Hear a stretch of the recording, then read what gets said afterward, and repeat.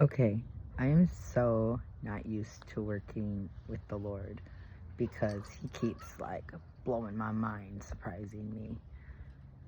So, one of my friends, he's been looking for a car for a while now.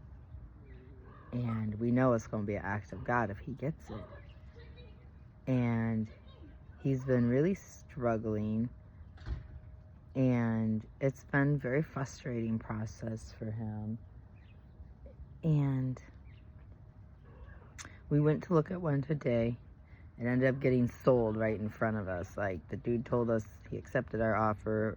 We got there a little early, and we saw someone else buy it and leave with it. And then dude texted us, sold the car, sorry. Yeah, okay, he didn't even say sorry. And so we're driving home, realizing we're going to have to go through, he's going to have to continue the process of car searching. And so I'm trying to, think of something different to talk about to kind of take mind off the cars and all that kind of stress. And I asked him if he had watched the sermon from Sunday that he had already told me twice he was going to watch. And he said no. I was like, did you read the chapter in your parenting book? No. I was like, why not? He said he'd been busy or something. And then he said really fast, don't make it into a chore.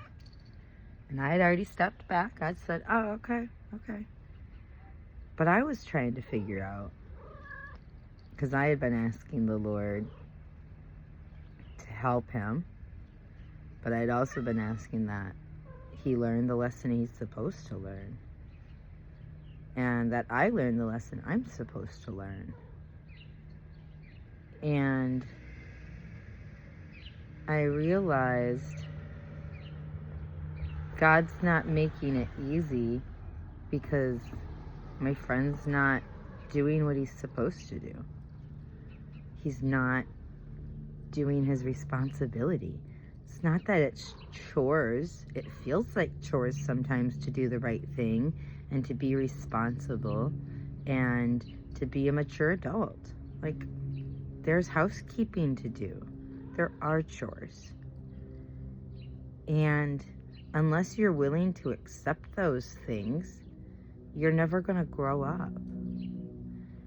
And so I'm sitting here, full revelation mode, trying to process. And I'm like, okay, Lord, how am I doing the same thing? Because I've learned that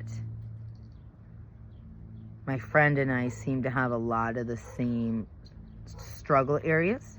And I've learned that if I can learn to conquer and overcome, then I can be a good example to encourage him to conquer and overcome. And I know I can be lazy about certain things and then a manic worker about others. And I'm trying to learn how to work on appropriate things. And I realized I was doing it with my self-care and my everyday habits of taking care of myself, where I wasn't giving my word that I was doing something and then going back on it. I was just avoiding giving my word because I didn't want to go back on it. But the Lord said that that's just as disobedient, because I know what I should be doing and I'm just choosing to ignore it or not do it. And even though I never said I would, I know I am supposed to. And so this is a call to everyone. The things that you're supposed to do to be responsible, yeah, they can feel like chores. Yeah, they can be tedious sometimes. But one of the things I've learned in therapy is opposite action. I feel like my whole life is opposite action a lot of time, because my feelings aren't usually appropriate for whatever's going on. They usually seem to be stuck in the past. And so I've had to learn opposite action, and I've had to learn the good that I'm supposed to do, and then I've had to utilize and lean on the Holy Spirit for self-discipline, self-control, and self-motivation to do those things. And it's not always fun to babysit yourself. It's not fun to make yourself do things that you don't want to do. But at the same time, when you know that it's what you should be doing, the Lord isn't going to bless you in certain areas until you're mature enough to handle the blessing. And so I want whatever blessings the Lord has in store for me. So I want to learn obedience. I don't want to just learn avoidance. I don't want to learn to just do the fun parts of my job. As tedious as it is to take care of my human bodies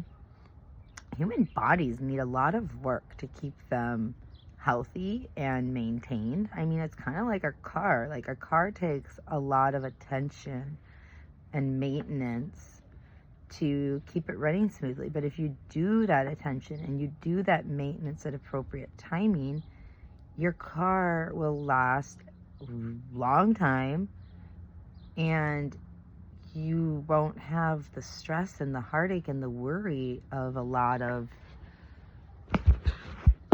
the issues that come along with not being responsible in that way.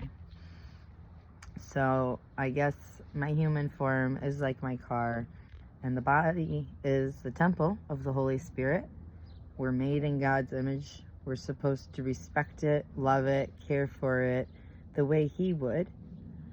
And in nowadays society, we have a lot of gifts. We have a lot of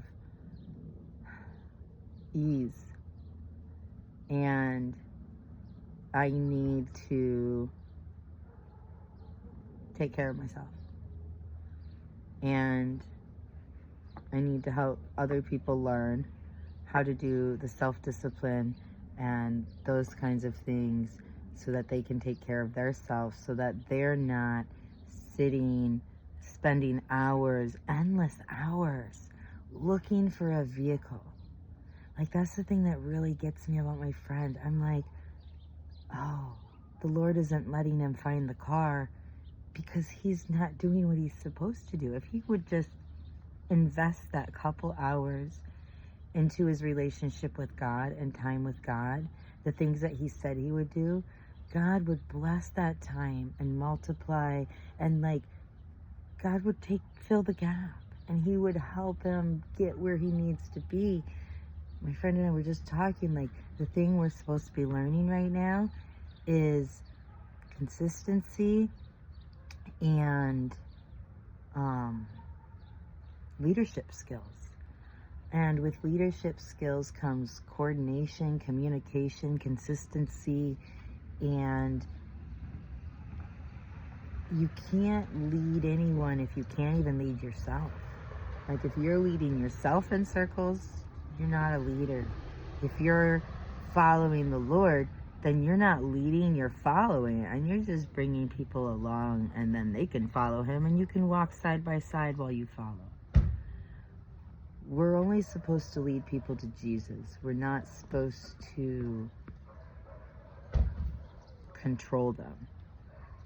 And I don't want to control my friend. I don't want him to feel like Jesus is a chore. I don't want him to feel like his relationship with God is work. But at the same time, it is. Any relationship is work. And if he's not willing to invest in the one relationship that could save his life and save his time and save his mind, that's his choice.